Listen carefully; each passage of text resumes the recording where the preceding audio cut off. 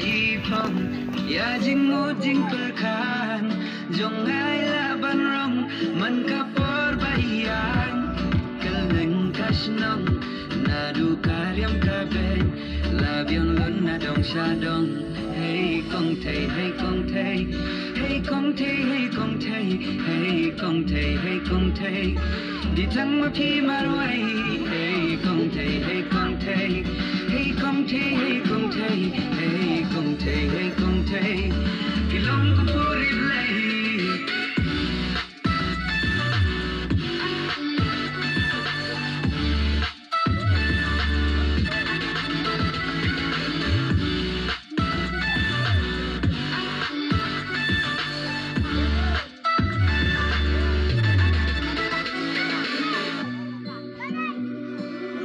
im phong jeans ne juta ki makeup baro saw ayom hangate im juklop bania jong ki wei dang lai hi jong la jong compare la isok mo la ide na nong kendong jinglong ba janai halaga smart casting ibatip ke syakatil ibatip ka kami mesim ka kende wan mi ngaruma bang ada tang didik ba inong i jonga ki kentin balung ya donor ki penung nam jung ya bana pe yepi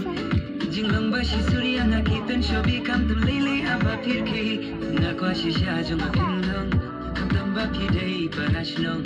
ajing yam jong a piu kesiu wat pendap jingi kudu abriu